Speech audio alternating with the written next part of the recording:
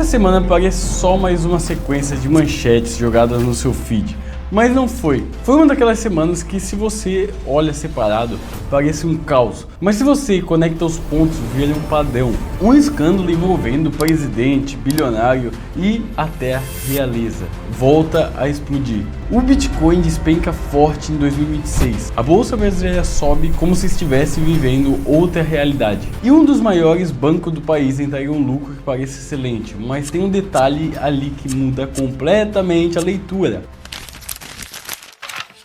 Agora pensa comigo, por que o dinheiro saiu de um lado e entrou pesado em outro na mesma semana? Por que o ativo mais volátil do mundo caiu enquanto o mercado emergente subiu? Por que o número do banco parece forte, mas não é tão simples quanto parece? Essas coisas não acontecem isolada. Isso é capital sendo realocado. Isso é dinheiro inteligente se movendo antes que a maioria perceba. E o erro não é saber o que está acontecendo. O erro é achar que são notícias soltas, porque quando você entende o que conectou tudo isso, você consegue enxergar no mercado de outra forma. Nesse vídeo eu vou te mostrar exatamente onde o dinheiro saiu e o que isso pode significar daqui para frente. E depois que você enxergar essa conexão, você não vai mais consumir notícia do mesmo jeito. Você quer entender por que o dinheiro saiu de um lado e entrou para o outro, então a gente vai precisar voltar alguns passos. Porque essa semana não começou no gráfico, começou um escândalo que envolve o topo do mundo. Caso Epstein. Como um cara praticamente desconhecido conseguiu virar amigo de presidente, bilionário e até membro da realeza? Essa é a pergunta que começa tudo. Epstein não era celebridade, não era político, mas tinha acesso a direito que só a elite tem. Avião particular, mansões, reuniões privadas com gente que manda no mundo.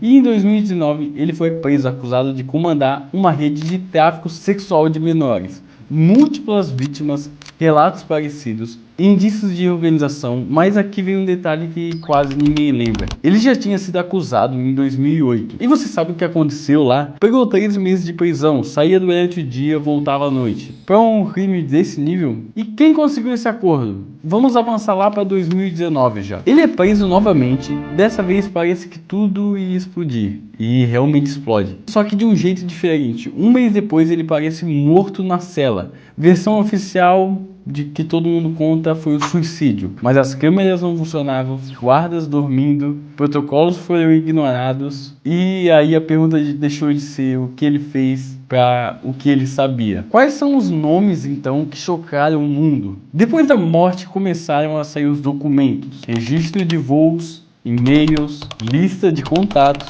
e começaram a aparecer nomes gigantescos. Ex-presidente, bilionário da tecnologia e até membro da família real. Nomes como Trump, Clinton, Bill Gates, Prince Andrew. E calma, gente. E se a gente está citando alguns nomes, não significa que a culpa é dessas pessoas, mas significa uma proximidade ou uma convivência com Epstein. E quando um escândalo envolve tráfico de menores, proximidade pesa muito. E tem mais uma. O príncipe foi acusado formalmente em processo civil, fez acordo financeiro. Se havia encontros, se havia movimentações financeiras, você acredita que só 2 pessoas estavam envolvidas nesse caso?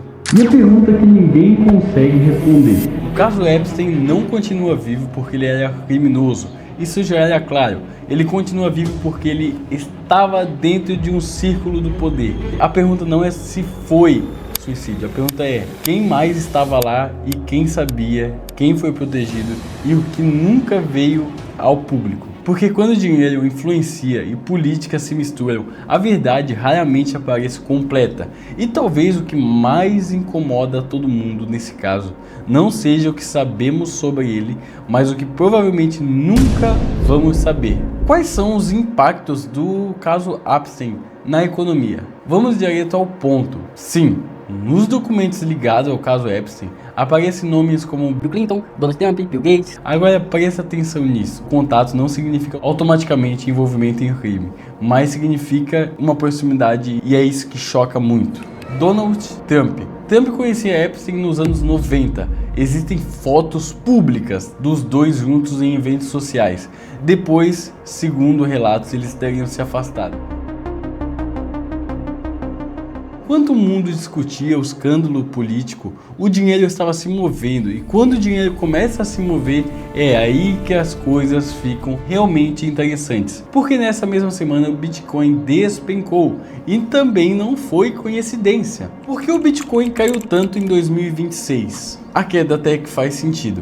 O Bitcoin caiu por 3 motivos principais. Primeira foi a saída de capital institucionais. Nos últimos meses, ETFs de Bitcoin vinham captando bilhões. Essa semana tivemos uma redução forte de entrada e em alguns dias saída líquida. Quando o ETF para de receber dinheiro novo, o fluxo comprador diminui. Sem o fluxo novo, o preço perde sustentação.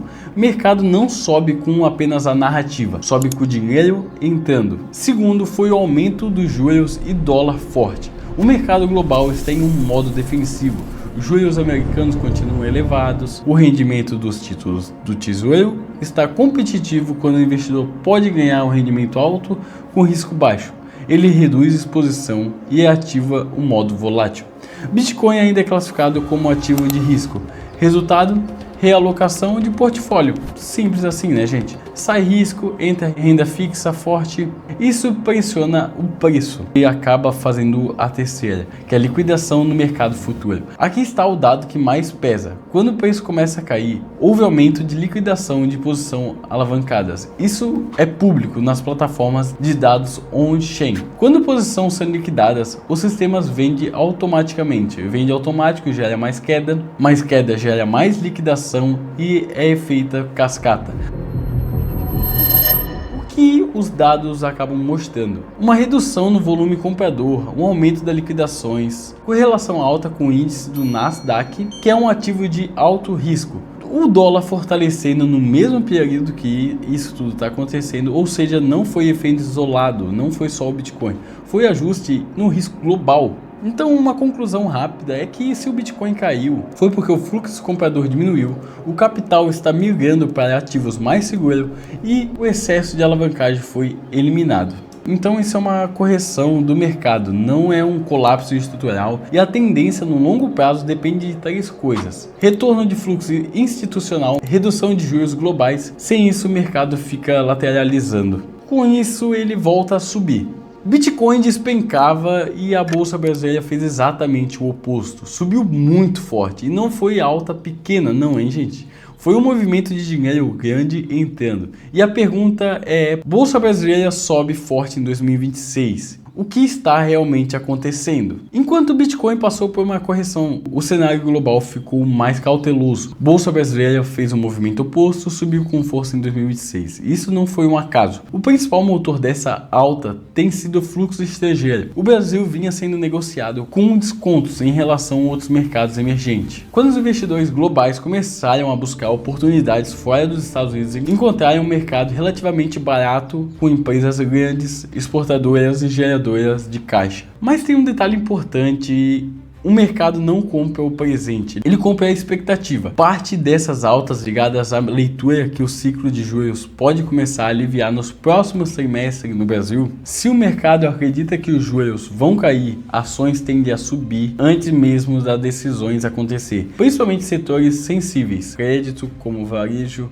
ou construção. Além disso, as empresas ligadas a commodities ajudam o índice, sendo minério, petróleo e agro, permanecem estáveis ou em recuperação. O Ibovespa ganha força estrutural. Até aqui parece um negócio simples, mas toda alta forte carrega risco embutido. Primeiro, dependência de capital estrangeiro. O mesmo dinheiro que entra rápido pode sair rápido também. Se houver mudança no cenário externo, tensões fiscais ou ruído político, o fluxo pode inverter. Segundo, a entrada tardia de investidores iniciantes. Movimentos verticais costumam gerar FOMO. Quando muita gente entra apenas porque o preço subiu, o mercado fica mais sensível a qualquer correção. E o ponto mais importante, parte dessa alta que já é uma antecipação de melhora futura. Se essa melhora não vier, seja no fiscal, seja no crescimento, o mercado corrige para ajustar expectativas. Bolsa subindo forte não significa que é um risco baixo, significa que o mercado está mais otimista. Se o cenário confirma esse otimismo, a tendência pode continuar. se frustrar, o reajuste vem. O que essa semana mostra não é apenas uma alta, mostra dinheiro mudando de posição do mundo. E entender para onde esse dinheiro está indo é o que separa quem reage daquilo que acontece, de quem antecipa. Nas próximas semanas, o que vai importar não é apenas a direção da bolsa, mas a qualidade do fluxo por trás dela. Banco do Brasil surpreende, mas calma. Você viu que o Banco do Brasil subiu forte e já pensou, caramba, perdi essa alta. Mas respira. O banco divulgou lucro acima de que o mercado esperava. Veio uma alta que muita gente projetava e por isso as ações reagiu. Só que aqui vai o ponto importante. O número ficou bonito, mas nem tudo ali é o crescimento saudável. Imagina que você tem uma empresa que normalmente ganha mais ou menos 4 mil por mês. E esse mês você ganhou 6 mil, mas desses 6 mil, 1.500 foi porque você recebeu um dinheiro antigo que estava parado. Foi um mês bom para o Banco do Brasil? Foi, mas não quer dizer que agora você ganha 6 mil todo mês. É mais ou menos isso que aconteceu. Agora a gente vai para o que realmente importa. O Banco do Brasil ganha dinheiro principalmente emprestando dinheiro. Ele pega dinheiro de quem investe, empresta para outras pessoas com juros maiores e o problema é quando muita gente para de pagar e fica inadimplente. O banco precisa separar dinheiro para cobrir esse possível prejuízo. E hoje o grande desafio do Banco do Brasil é justamente esse. Tem bastante gente com dificuldade para pagar suas contas, principalmente o pessoal do agronegócio. Então o banco ainda precisa guardar muito dinheiro como reserva de segurança. E quando ele ganha dinheiro, esse dinheiro não vira lucro. Tem alguma coisa boa? Tem. O banco continua sendo muito eficiente. Ele controla bem os seus custos e agora está sendo mais cuidadoso ao emprestar, e isso é um sinal positivo, mas o risco ainda está lá. Agora pensa comigo, se a inadimplência diminuir nos próximos trimestres, o lucro pode melhorar bastante, mas se continuar alta, o banco vai continuar andando com o freio de mão puxado, ou de lado, ou capotando. Então o que você, investidor comum, precisa observar não é só o lucro bonito de um trimestre, se menos pessoas estão deixando de pagar, se o banco precisa guardar menos dinheiro como reserva, se o crescimento volta com qualidade, se isso melhorar, a alta faz sentido, se não melhorar, pode dar correção depois de uma euforia. O resultado foi melhor do que o esperado, o mercado gostou, mas o verdadeiro teste do Banco do Brasil ainda está acontecendo, e é o crédito. Vai se decidir se essa alta no começo de recuperação é só um respiro. Se você acompanha economia e investimento e quer entender o que realmente está por trás dos números, e não só o que aparece na manchete, você sabe onde encontrar esse tipo de análise, aqui no canal.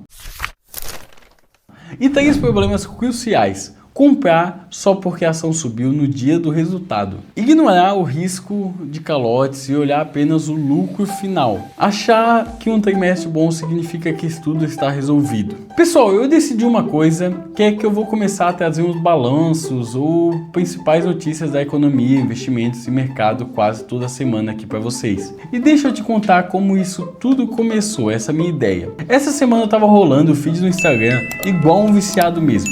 Notícia atrás de notícia, escândalo político, Bitcoin caindo, bolsa subindo, banco divulgando resultado, cada página falando uma coisa diferente. E aí eu parei e pensei, cara, ninguém consegue parar 10 minutos para realmente entender o que acontece no mundo. É tudo fragmentado, é tudo copiado, nada devagar, nada com explicações, é tudo rápido, é tudo com emoção, mas quase ninguém conecta os pontos.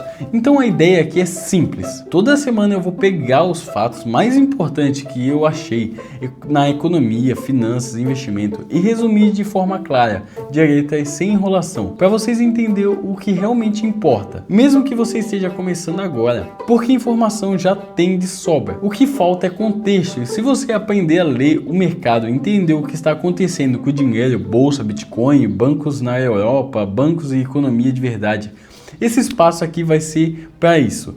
Então se prepara, porque não é só notícia, é interpretação. Isso vai mudar tudo. Se você parar para analisar tudo o que está acontecendo essa semana, você vai perceber que não foi só um conjunto de notícias soltas, foi dinheiro mudando de posição.